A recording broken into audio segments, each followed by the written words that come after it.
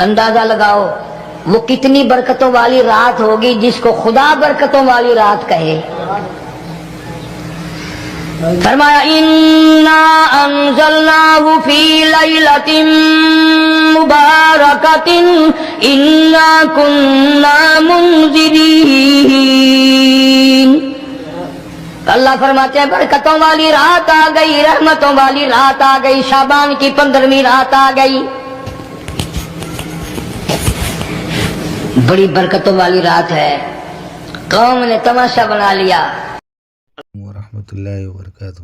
ناظرین، آج پھر سے آپ کی خدمت میں بیان لے کر آئے ہیں حضرت مولانا قاری حنیف صاحب رحمۃ اللہ علیہ کا، جس کا عنوان ہے شب برات میں حلوہ بنانا کیسا ہے.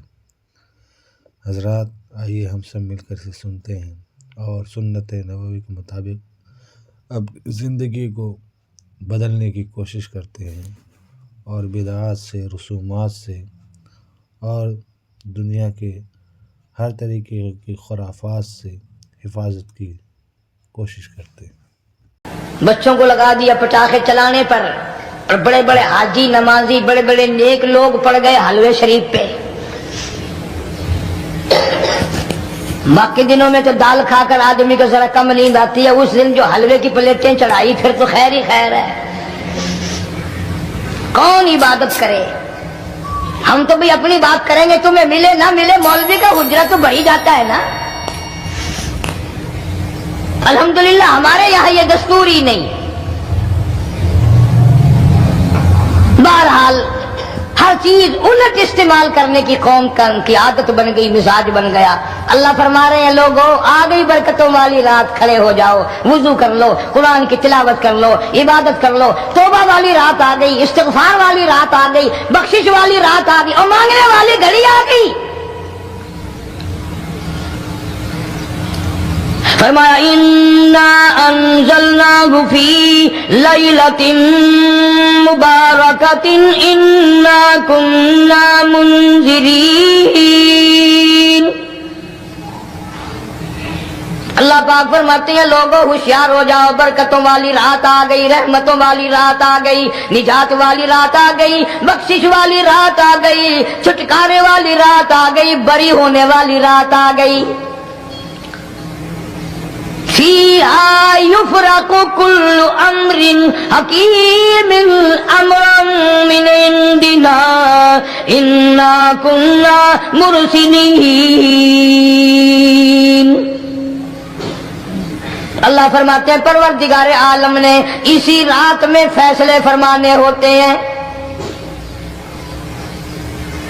فیصلوں والی رات آ گئی.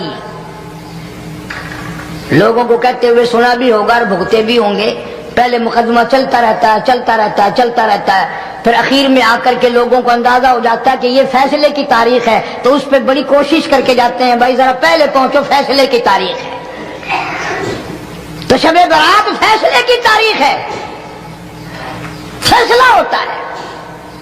اللہ پاک جل شانہ فرماتے ہیں لوگوں پورے سال میں جتنی روزی ملنی ہے اس کا فیصلہ اس رات میں.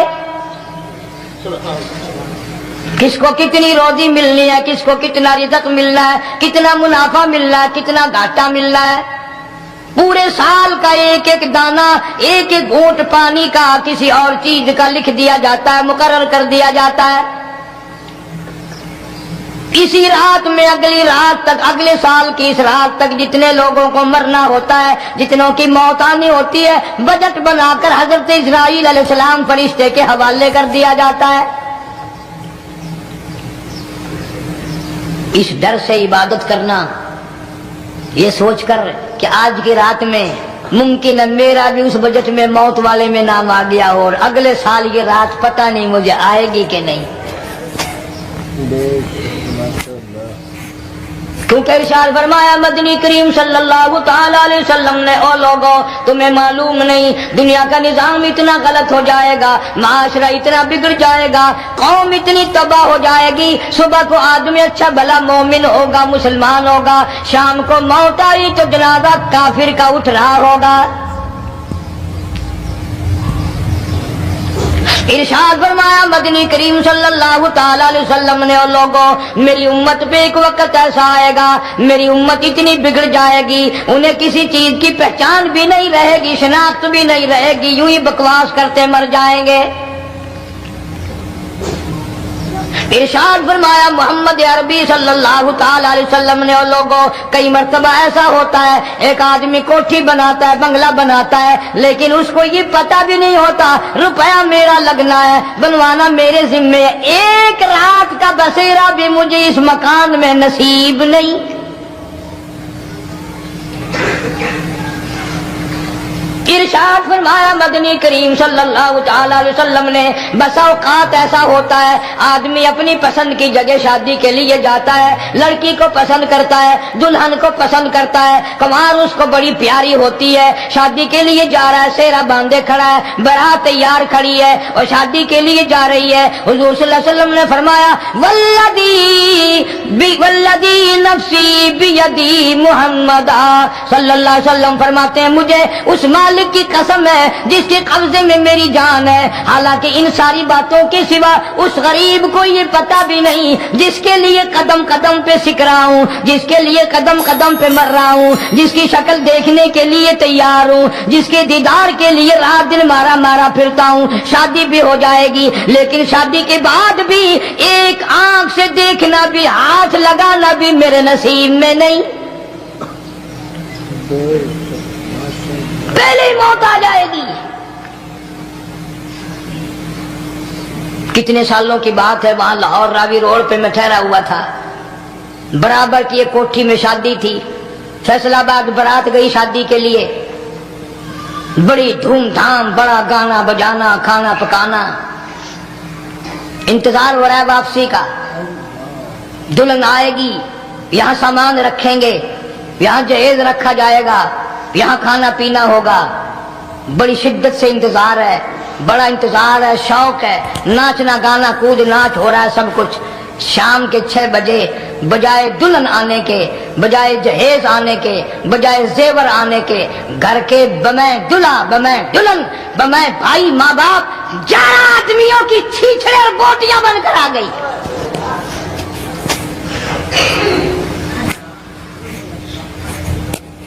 کب اللہ کے قہر سے ڈرو گے؟ کب توبہ کرو گے تم؟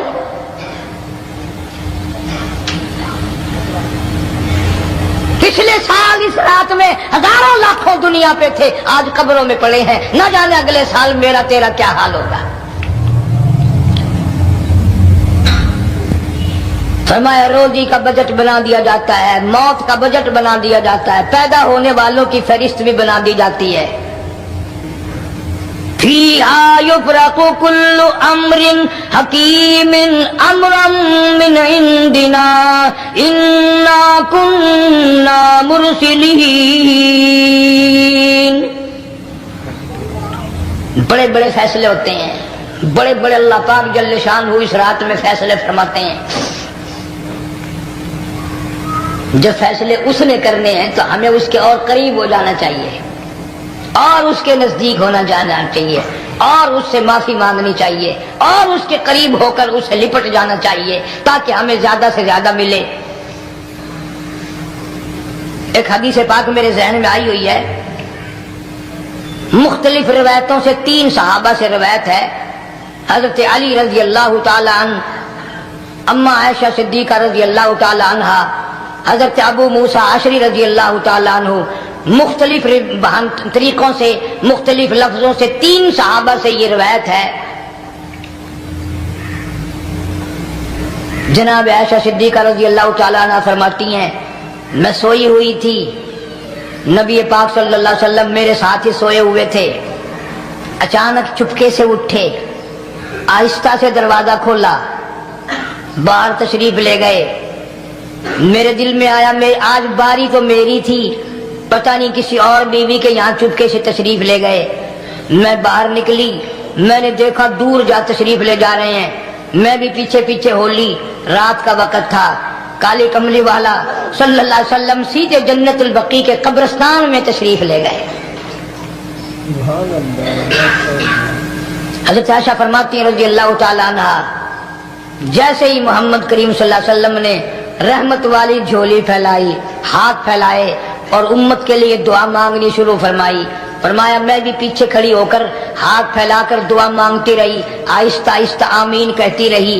اتنی لمبی دعا مانگی، اتنی لمبی دعا مانگی، ہماری اماں کہتی ہیں کہ میرے ہاتھ دکھ گئے، میں نے 3 مرتبہ ہاتھ چھوڑے اور 3 مرتبہ ہاتھ دعا کے لیے اٹھائے۔ کتنا مانگا امت کے لیے اس رات میں، یہی رات تھی شعبان کی 15ویں رات۔ فرماتی ہیں جب واپس ہونے لگے، چونکہ میں لڑکی تھی میں نے دوڑ لگائی تو میں اپنے حجرے میں سرکار دو عالم صلی اللہ علیہ وسلم سے پہلے ہی پہنچ گئی۔ پھر آپ تشریف لے آئے تو مجھے فرمانے لگے تیرا سانس کیوں چڑھ گیا؟ یہ تو تجھے سانس ایسے چڑھا ہوا جیسے کہیں سے دوڑ کے آئی ہو۔ فرماتی ہیں ہماری اماں طیبہ طاہرہ رضی اللہ تعالی عنہا، فرمانے لگی آقا آپ کی دعا میں بھی تو شریک تھی، آپ جو وہاں دعائیں مانگ رہے تھے مغفرت کی بخشش کی تو میں بھی تو شریک تھی، میں بھی آہستہ آہستہ آمین کہہ رہی تھی، پھر آپ سے پہلے دوڑ کر میں گھر میں آ گئی۔ اب اگلی بات اصل میں ذکر کرنا چاہتا تھا میں کہ یہ ہے وہ روایت 3 صحابہ سے، 1 صحابیہ سے، 2 صحابہ سے۔ فرمایا عائشہ میں کیسے نہ مانگتا، توجہ کرنا، میں کیسے نہ مانگتا، میں کیسے نہ روتا، میں کیسے نہ عاجزی کرتا، میں کیوں نہ رحمت والی جھولی پھیلاتا۔ تجھے معلوم نہیں آج کی جو شب برات کی رات ہے، قبیلہ کلب کے بکریوں بھیڑوں کے جسم پہ جتنے بال ہیں ان بالوں سے بھی زیادہ لوگوں کی آج بخشش ہونی ہے۔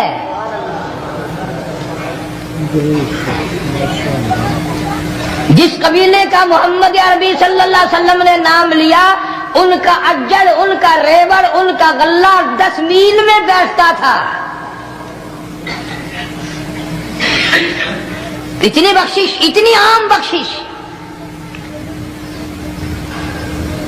باوضو بیٹھے ہو، مسجد میں بیٹھے ہو، یقین کہتا ہے، دل کہتا ہے کہ ہمارا نمبر بھی آ گیا ہوگا، جب اتنے بال تھوڑے ہوتے ہیں بکری کے جسم پہ، بھیڑ کے جسم پہ۔ لیکن جب حضرت عائشہ کو مسکراتے دیکھا اور زیادہ رضی اللہ تعالیٰ عنہ خوش ہوتے دیکھا، مدنی کریم صلی اللہ علیہ وسلم نے فرمایا عائشہ میری ساری امت اسی طریقے سے بخش دی جائے گی، ہر سال معافی ملتی رہے گی، ہر سال بخشش ہوتی رہے گی، مگر 3 آدمیوں کی نجات اس رات میں بھی نہیں ہوگی۔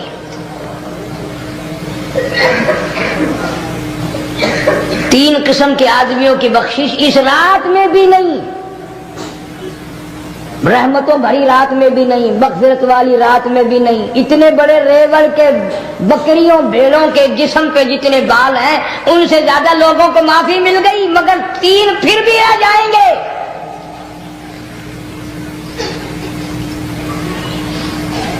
کتنا برا ہوگا، اتنی رحمت کی بارش برسے، رحمت کا دریا بہ گیا ہو، سمندر تھاکے مار گیا ہو اور پھر کوئی رہ جائے۔ فرمایا رحمتم من ربک انہ هو السمیع العلیم۔ میں رب کی رحمت برس رہی ہے، میں رب کی رحمت کی بارش ہو رہی ہے، جھولیاں پھیلاؤ، چادریں بچھا کر گٹھڑیاں بنا لو، یقین کی دولت اپناؤ۔ انہ هو السمیع العلیم، پر یقین دیکھوں گا ان کا اسباب پہ کتنا یقین ہے، مجھ خدا پہ کتنا یقین ہے،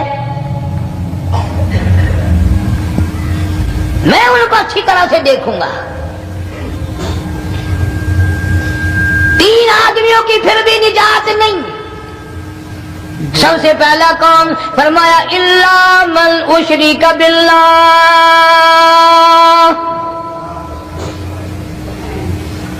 جس نے میری ذات میں صفات میں ذرہ برابر بھی کبھی شرک کیا ہوگا، مجھے اپنی کبریائی کی قسم میں اسے کبھی بھی معاف کرنے کو تیار نہیں۔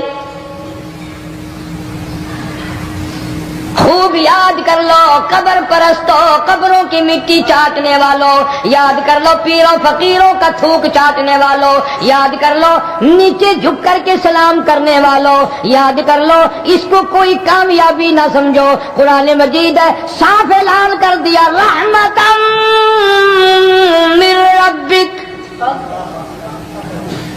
قبروں والوں کے پاس کوئی شے نہیں، میرے پاس آؤ، رحمت میرے پاس ہے۔ انہ هو السمیع العلیم،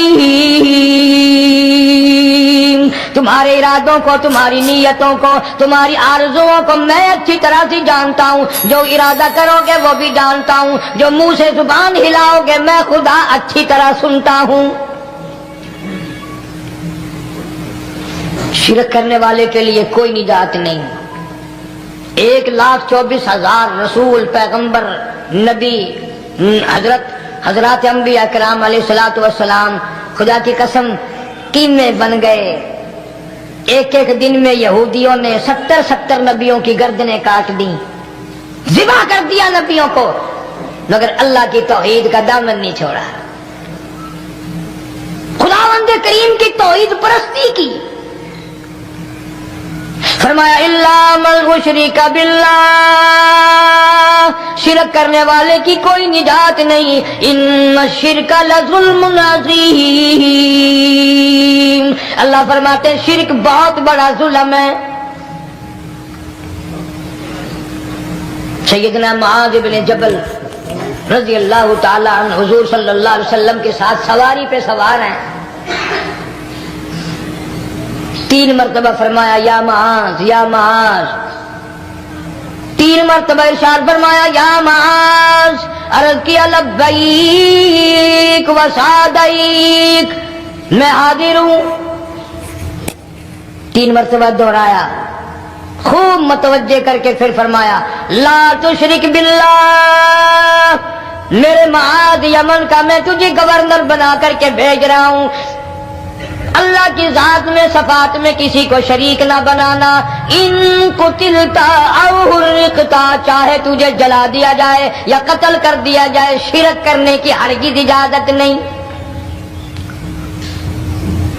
ایک تو مشرک ہو گیا جس کی اس رات میں بھی نجات نہیں، لیکن اپنے آپ کو مشرک کون سمجھتا ہے؟ کوئی بھی نہیں۔ جتنا شرک کرنے والا وہ تو کہتا ہے سب سے زیادہ عبادت گزار میں ہوں، فلاں بزرگ کی قبر پہ میں گیا چڑھاوا چڑھانے اور فلاں کی قبر پہ میں سلام بھرنے گیا، میرے جیسا خوش نصیب کوئی آدمی ہے؟ میری زبان میں شاید تمہیں سمجھ نہ آئے، بابا بلے شاہ قصوری رحمت اللہ علیہ بہت بڑا نیک آدمی گزرا ہے، اپنی زبان میں کہتا علم نالو اشراف نہیں ہوندے جڑے ہوندے ذات کمینے، علم نالو اشراف نہیں ہوندے جڑے ہوندے ذات کمینے، او پیتل پلیت سونا نہیں بندا، پیتل پلیت سونا نہیں بندا، توڑ جڑیے لال نگینے، شوم کلو خیرات نہیں ملدی، چڑے ہون مال خزینے، بلے شاہ بن توحید جنت نہیں ملدی، توڑے مریے شہر مدینے، بلے شاہ بن توحید جنت نہیں ملدی، توڑے مریے شہر مدینے۔ بابا بلے شاہ نے فیصلہ کر دیتا جڑا بندہ شرک کردا ہے، جڑا بندہ بدعت دی لعنت دے اندر گرفتار ہے، وہ پاویں مدینے مرے جنت دا حقدار کوئی